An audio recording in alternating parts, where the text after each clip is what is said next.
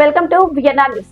10వ తరగతి తర్వాత తక్కువ సమయంలో తక్కువ ఖర్చుతో పాలిటెక్నిక్ సాంకేతిక విద్యారంగంలో చదువుకున్న విద్యార్థులకు ప్రభుత్వ ప్రైవేటు రంగాల్లో అనేక ఉద్యోగ ఉపాధి అవకాశాలు పొందవచ్చునని పాలిటెక్నిక్ రంగ నిపుణులు చెబుతున్నారు. మారుతున్న ప్రపంచంలో నేడు అంతా టెక్నాలజీమయం అవుతుంది. అందుకు అనుగుణంగా విద్యార్థులు టెక్నాలజీ కోర్సుల్లో విద్యాభ్యాసం చేస్తున్నారు. ప్రైవేట్ రంగంలో సాఫ్ట్వేర్ రంగంలో ఉపాధి అవకాశాలు అధికంగా ఉన్నా వాటితో పాటు ఇతర కోర్సులకు డిమాండ్ అధికంగా ఉన్నాయి. బీటెక్ చేసే విద్యార్థులకు పాలిటెక్నిక్ కోర్సు ఒక పునాది లాంటిదని చెప్పవచ్చు. పాలిటెక్నిక్ చదువుకోవాలంటే 3 ఏళ్లు డిప్లొమా పూర్తి చేయాలి. అందుకోసం 10వ తరగతి పాస్ అయిన వారు పాలిసెట్ ఎంట్రన్స్ వ్రాసి ప్రవేశం పొందాలి. మారుతున్న కాలంతో డిమాండ్ ఉన్న కోర్సులను ప్రభుత్వం ప్రవేశపెడుతున్నది. పాలిటెక్నిక్ కోర్సుల్లో computer science and artificial intelligence, electrical engineering, electronic and communication, civil engineering, mechanical, civil, leather technology, textile ఇంకా అనేక బ్రాంచ్లలో కోర్సులను ప్రభుత్వ పాలిటెక్నిక్లతో పాటు ప్రైవేటు పాలిటెక్నిక్లలో కోర్సులను అందిస్తోంది. బీటెక్ చేయాలనుకున్న విద్యార్థులకు పాలిటెక్నిక్ పునాది లాంటిది. పాలిటెక్నిక్ విద్యాభ్యాసం పూర్తి చేసిన వారు బీటెక్ లాటర్లో ఎంట్రీతో బీటెక్ 2వ సంవత్సరం ప్రవేశం పొందే అవకాశం ఉంది. 3 ఏళ్లు డిప్లొమా పూర్తి చేయగానే డిప్లొమాతో అర్హతతో అనేక ఉద్యోగ అవకాశాలు ప్రభుత్వ ప్రైవేట్ రంగాల్లో ఉన్నాయి. ఒకప్పటి కంటే ఇప్పుడు ప్రైవేట్ కంపెనీలు పాలిటెక్నిక్ 3వ సంవత్సరం చదువుకున్న వారికి క్యాంపస్ ఇంటర్వ్యూలు నిర్వహించి ఉద్యోగ అవకాశాలు కల్పిస్తున్నాయి. పాలిటెక్నిక్ విద్యను అభ్యసించిన వారు జీవితంలో తక్కువ వయసులోనే స్థిరపడే అవకాశాలు అధికంగా ఉన్నాయి. అండ్ దీంట్లో కోర్సెస్ మనకి మెకానికల్, సివిల్, ఎలక్ట్రికల్, ఎలక్ట్రానిక్స్, తర్వాత embedded systems, big data, computer science, artificial intelligence, ఇట్లా రకరకాల courses, leather technology, mining, computer and commercial practice, textiles, ఇట్లాంటి రకరకాల కోర్సెస్ ఉన్నాయి. దీంట్లో పాలిటెక్నిక్ చదివినట్టయితే 3 ఇయర్స్లో కోర్స్ పూర్తవుతుంది. ప్రపంచం చాలా వేగంగా మారుతుంది.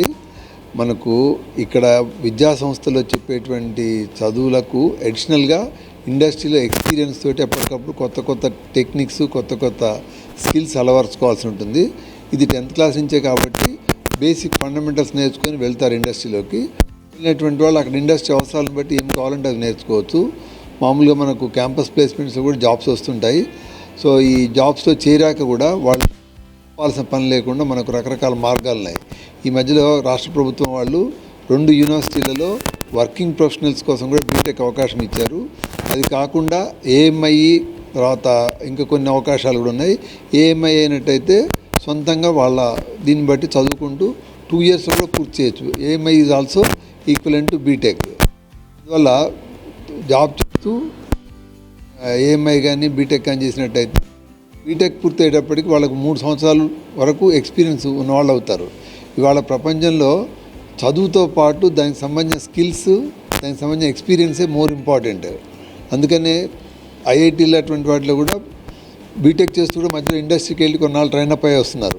సో అటువంటి పరిస్థితి ఉంది కాబట్టి మన దగ్గర 10th క్లాస్ నుంచి బేసిక్ క్వాలిఫికేషన్ తోటే దీంట్లోకి ఎంటర్ అవుతారు. కాబట్టి ఆ బేసిక్ ఇది రీచ్ అవ్వగానే వెంటనే they can switch over to industry. And more over మన పాలిటెక్నిక్లో ఒక సెమిస్టర్ లాస్ట్ ఇయర్లో ఫైనల్ ఇయర్లో ఒక సెమిస్టర్ ఇండస్ట్రియల్ ట్రైనింగ్ ఉంటుంది, 6 months ఇండస్ట్రియల్ ట్రైనింగ్. దాంట్లో కొన్ని కంపెనీస్ వాళ్లకు 15,000 వరకు కూడా స్టైఫండ్ ఇచ్చి ట్రైనింగ్ ఇస్తున్నాయి. నాకు వండర్ అయినటువంటి విషయం ఏంటంటే నేను మన మెకానికల్ పిల్లలు ఒక చోట వాళ్ళు ఇండస్ట్రియల్ ట్రైనింగ్లో వాళ్ళు విర్చువల్ ల్యాబ్స్ సంబంధించినటువంటి ప్రొడ్యూస్ చేస్తే ఆ ఐటమ్స్కు వేరే కంట్రీస్కి ఎక్స్పోర్ట్ అయినాయి. సో ఆ వేరే కంట్రీ వాళ్ళు ఎక్స్పర్ట్స్ కూడా వచ్చి పిల్లలతో ఇంటరాక్ట్ అయినటువంటి సందర్భాలు నేను చూశాను. సో అట్లా మనకు టెక్నాలజీ అనేటువంటిది ఎప్పటికప్పుడు మారుతుంది కాబట్టి అది నేర్చుకోవడానికి కావాల్సినటువంటి బేసిక్ స్కిల్స్ ఉండే పాలిటెక్నిక్ ఎడ్యుకేషన్ గురించి సంతోషంగా ఉంది. ఇటువంటి బీసీ, ఎస్సీ, ఎస్టీలకు అట్లాగే ఈడబ్ల్యూఎస్ వాళ్ళకు ఇచ్చేటువంటి అన్ని రకాల స్కాలర్షిప్లకు ఇక్కడ కూడా అర్హత ఉంటుంది.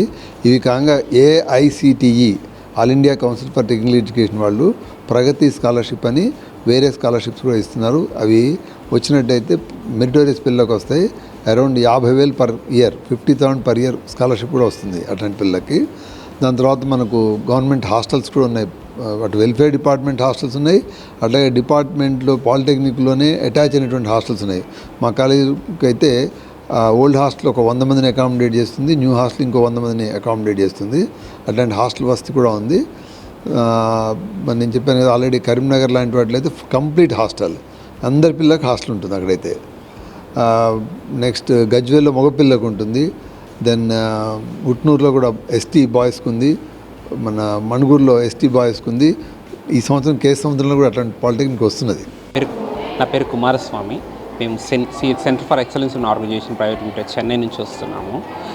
మేము కోకోకోలా కంపెనీకి రిక్వైర్మెంట్ పార్ట్నర్స్ అండి. లాస్ట్ 2 yearsగా మేమే చేస్తున్నాము. ఇప్పుడు ప్రజెంట్ ఇక్కడ మన వరంగల్ గవర్నమెంట్ పాలిటెక్నిక్ కాలేజ్ ఉమెన్స్లో మనం ఒక క్యాంపస్ హైరింగ్ చేస్తున్నాము. ఈ క్యాంపస్ హైరింగ్ కోసం డిప్లొమా చదువుతున్న ప్రజెంట్ పాస్అవుట్ స్టూడెంట్స్ని మేము తీసుకుంటున్నాము. ఈరోజు ఇక్కడ మనము ఈ టెస్టింగ్ ప్రాసెస్ మొత్తం 4 levels ఆఫ్ టెస్టింగ్ ప్రాసెస్ చేస్తున్నాము. దీంట్లో సెలెక్ట్ అయిన వాళ్ళని ఫైనల్ రౌండ్ ఆఫ్ ఇంటర్వ్యూకి మనం అటెంప్ట్ చేపిస్తాం. ఫైనల్గా సెలెక్ట్ అయిన వాళ్ళకి మేము ఆఫర్ లెటర్ అనేది ప్రొవైడ్ చేస్తున్నాం. దీనికి క్వాలిఫికేషన్ డిప్లొమా చదువుతున్న ఫీమేల్ క్యాండిడేట్స్ మాత్రం మనం తీసుకుంటున్నాం.